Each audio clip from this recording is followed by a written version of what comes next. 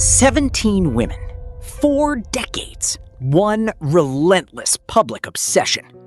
From a modest Los Angeles apartment with $200 in his pocket to the most scrutinized romantic archive in Hollywood history, Brad Pitt's love life has never simply belonged to him. It has belonged to the machine, the tabloids, the cameras, the public appetite that consumed every beginning and every ending with equal and insatiable intensity. But beneath the mythology, something more complex and more human has always been hiding in plain sight. Late August 2020, a private jet idles on a sun-drenched tarmac. 2 passengers board.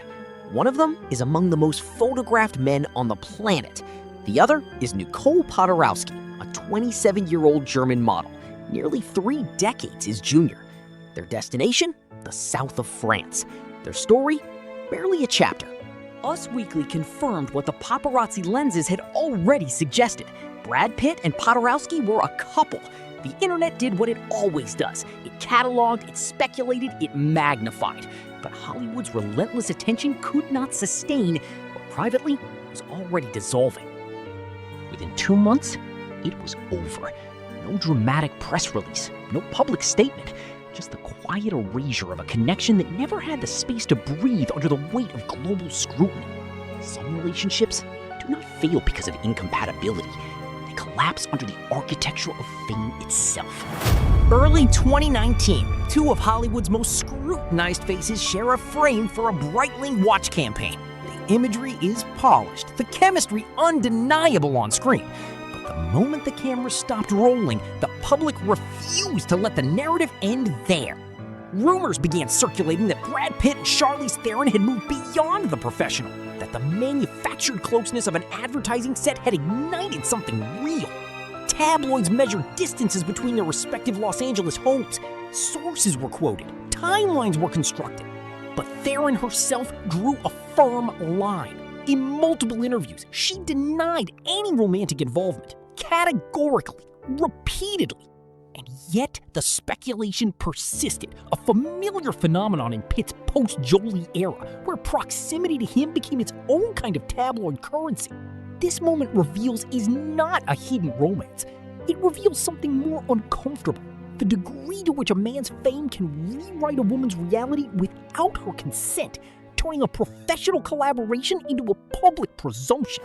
2018, while the world watched Brad Pitt navigate the wreckage of his most public relationship, a different kind of rumor began to surface, one that felt almost architecturally precise in its contrast. The woman now being linked to him was not an actress, not a model.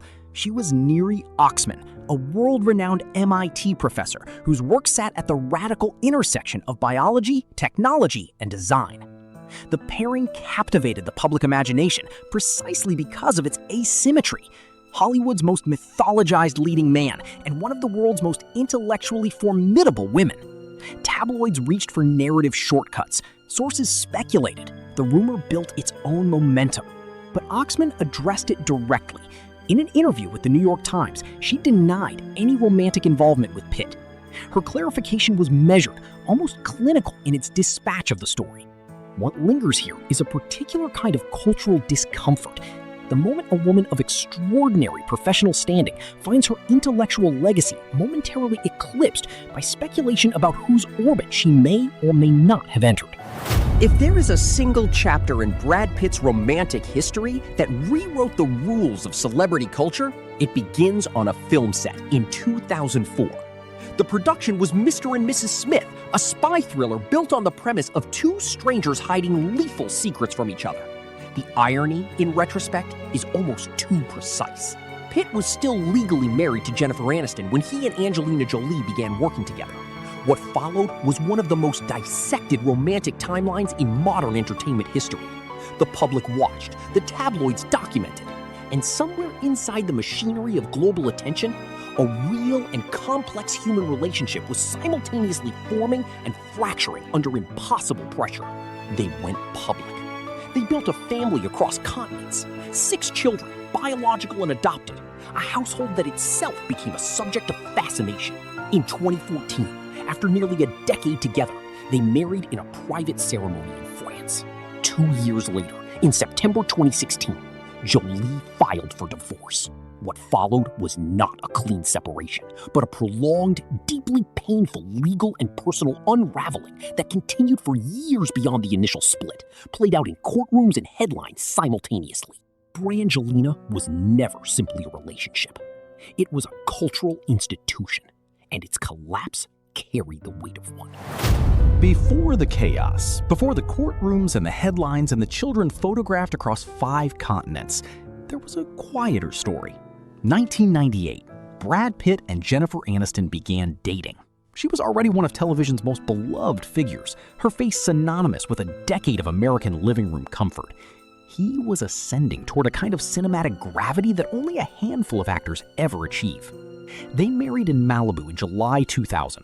The wedding was intimate by Hollywood standards, roughly 200 guests, a ceremony designed with deliberate privacy in mind. It did not matter. The public claimed it anyway. Brangelina had not yet been coined.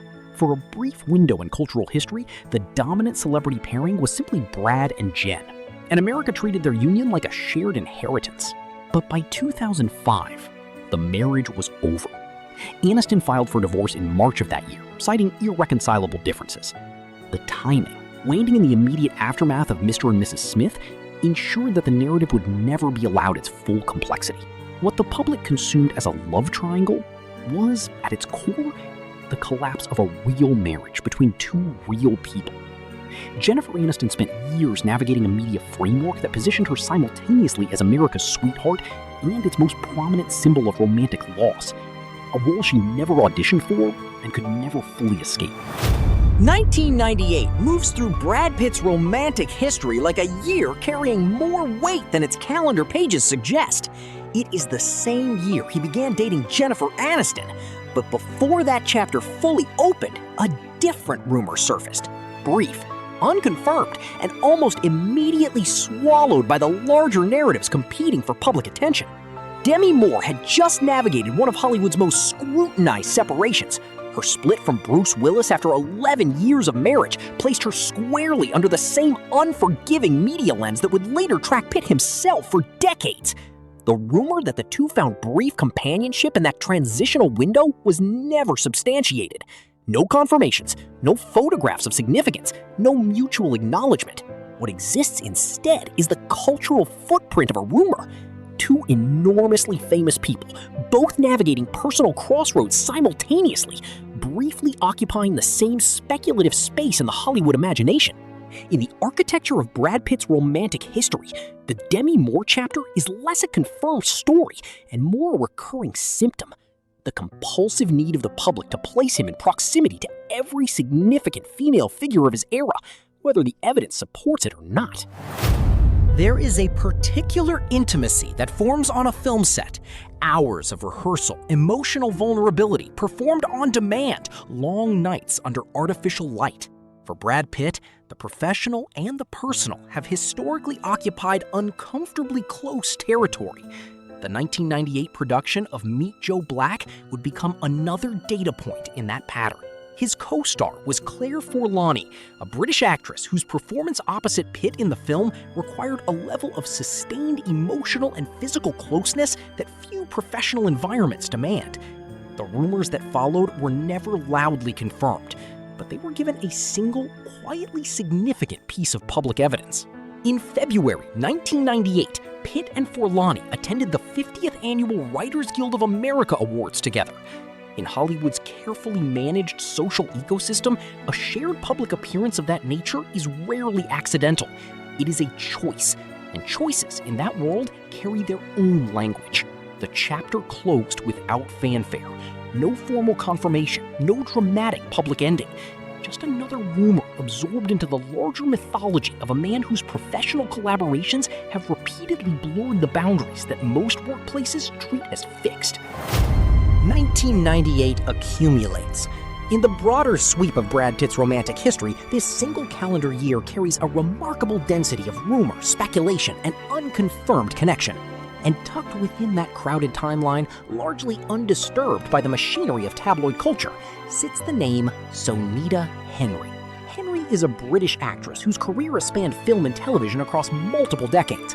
The rumor linking her to Pitt around 1998 exists in the particular category of Hollywood speculation that never achieves the volume required for public reckoning. No joint appearances documented with significance, no mutual acknowledgement in interviews, no timeline constructed by tabloid arithmetic. What remains is the thinnest possible thread of public record. A rumor, unconfirmed by either party.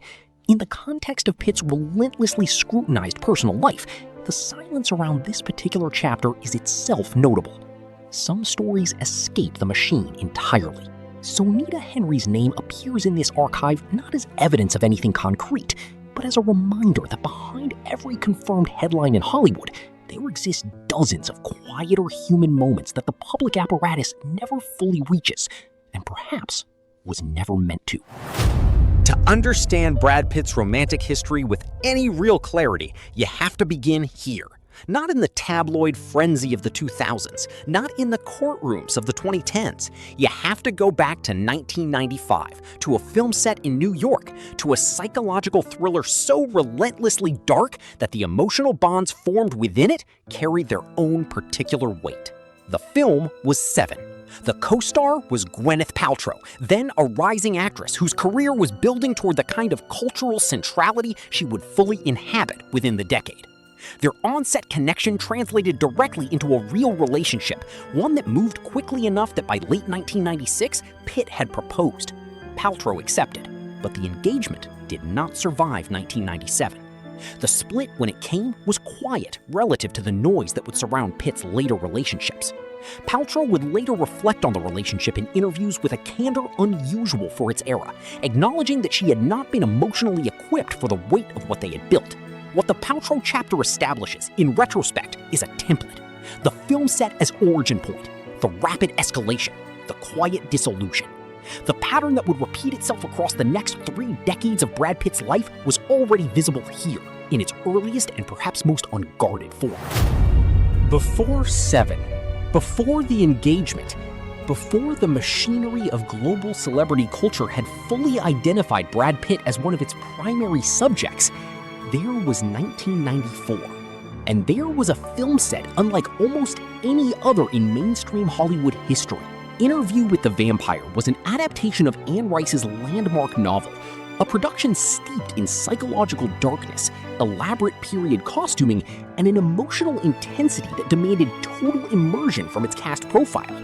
The shooting environment was, by most accounts, demanding and deeply insular.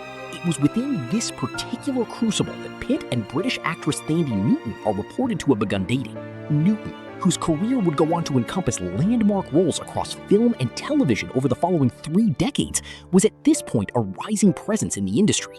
The relationship, according to reports, lasted approximately 1 year. It did not generate the tabloid velocity of Pitt's later connections, existing instead in the quieter media landscape of the early to mid-1990s, before the full industrialization of celebrity gossip culture.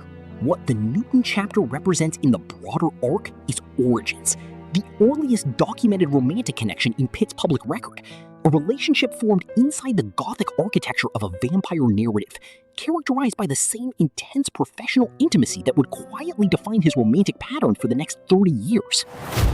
1994 holds 2 entries in Brad Pitt's romantic archive, 2 film sets, 2 reported connections, 2 stories that the public record never fully illuminated.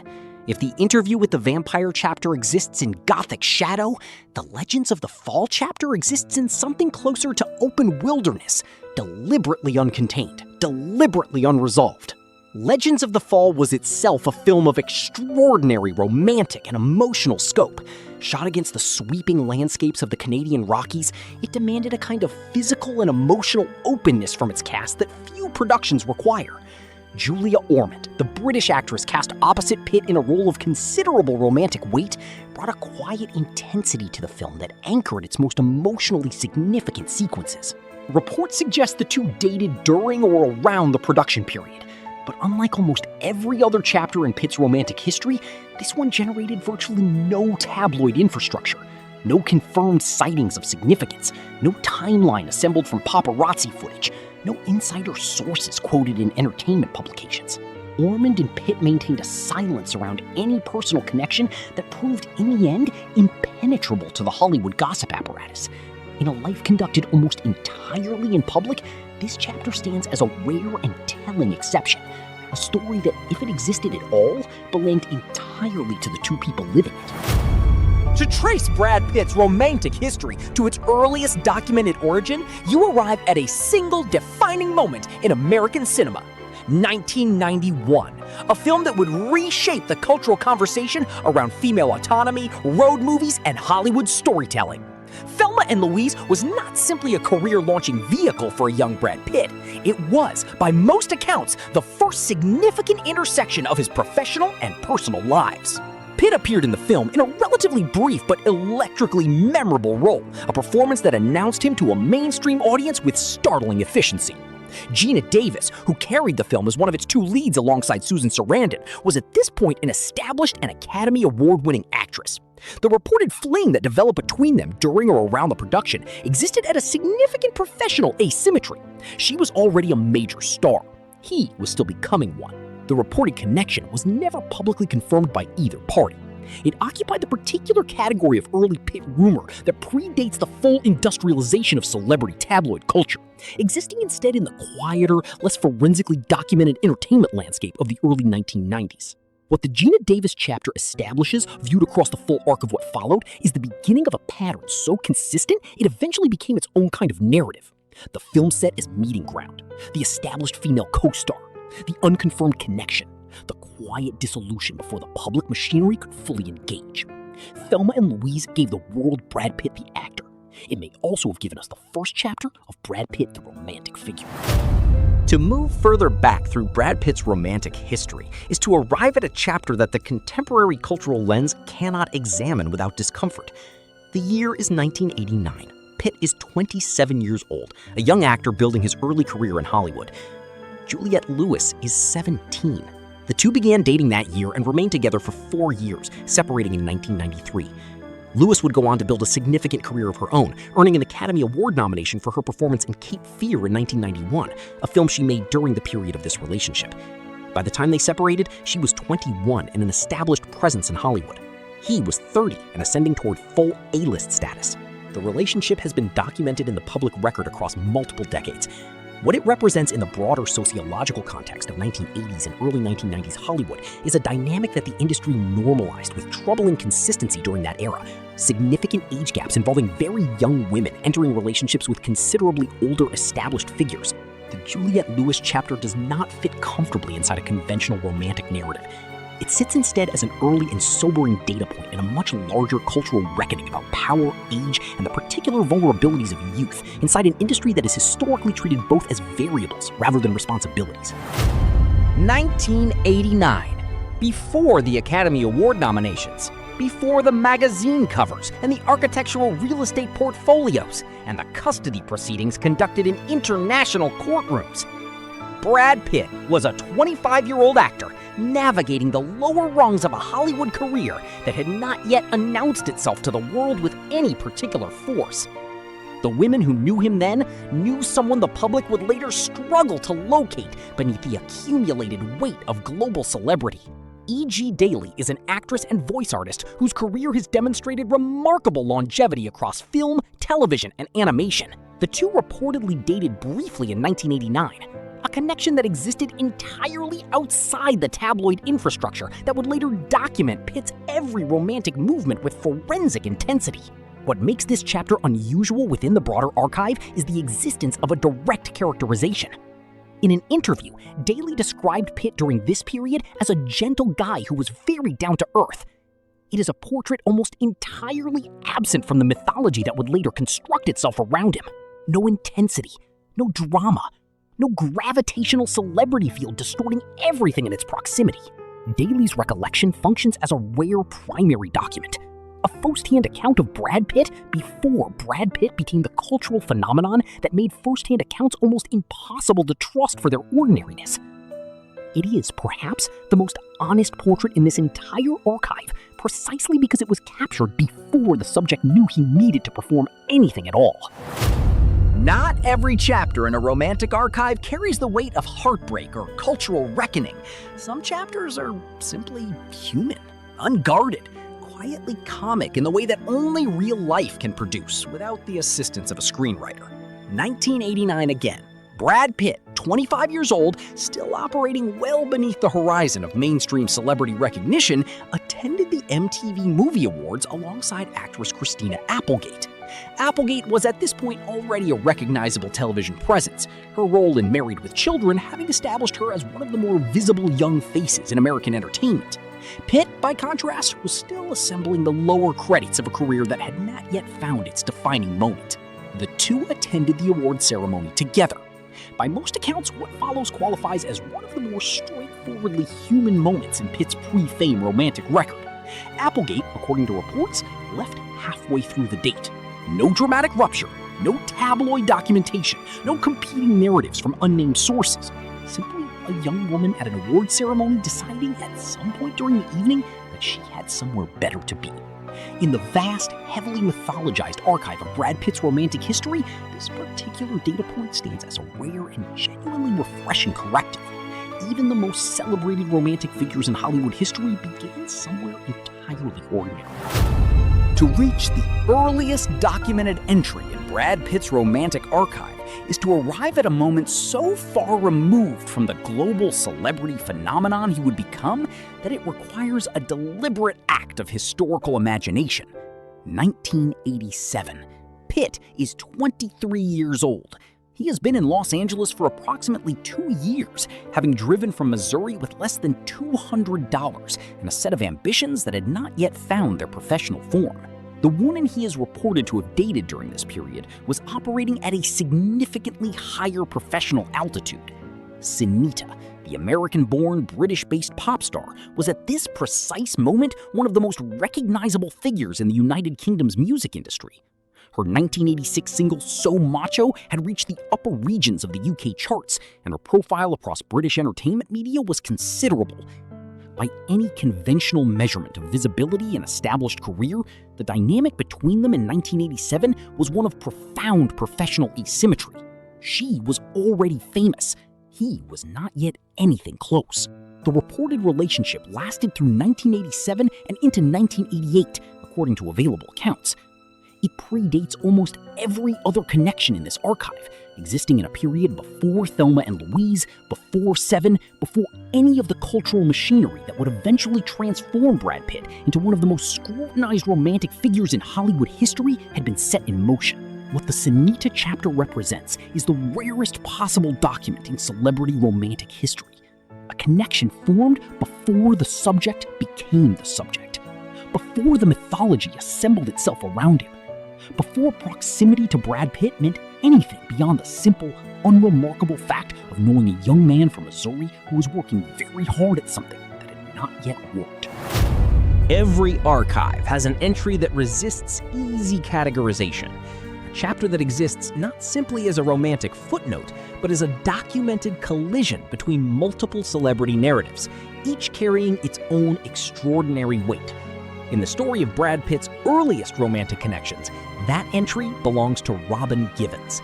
Givens, an actress and model, had by 1986 established herself as a recognizable presence in American entertainment through her role in the television series Head of the Class. She and Pitt are reported to have dated between 1986 and 1987, a connection that predates almost every other chapter in this archive. At this point, Pitt was a 22-year-old unknown. Givens was operating at a considerably higher level of public visibility. The more documented dimension of this chapter arrives a year later. In 1988, Givens married heavyweight boxing champion Mike Tyson, one of the most prominent and combustible public figures of that era. The marriage lasted less than a year and generated significant media coverage due to its turbulent nature. What entered the public record during the dissolution of that marriage was an account from Tyson himself, who stated that he discovered Givens and Pitt together in a compromising situation in 1988 during the period of their marriage. Tyson's account introduced Brad Pitt into one of the most intensely documented celebrity conflicts of the late 1980s. What it also introduced, viewed from a contemporary analytical distance, is a reminder of the degree to which Pitt's earliest years in Hollywood placed him knowingly or otherwise, at the intersection of situations carrying consequences far beyond his own immediate narrative. This chapter did not belong to him alone. It never did. 17 chapters, each one shaped by the same fundamental tension. A man whose professional gravitational field repeatedly collapsed the boundary between the personal and the public. A culture that consumed every connection he formed as communal property, stripping each woman involved of her own full narrative in the process. What this archive ultimately documents is not a romantic history. It is a case study in what fame does to human intimacy when it operates at a sufficient magnitude. It transforms private moments into public events.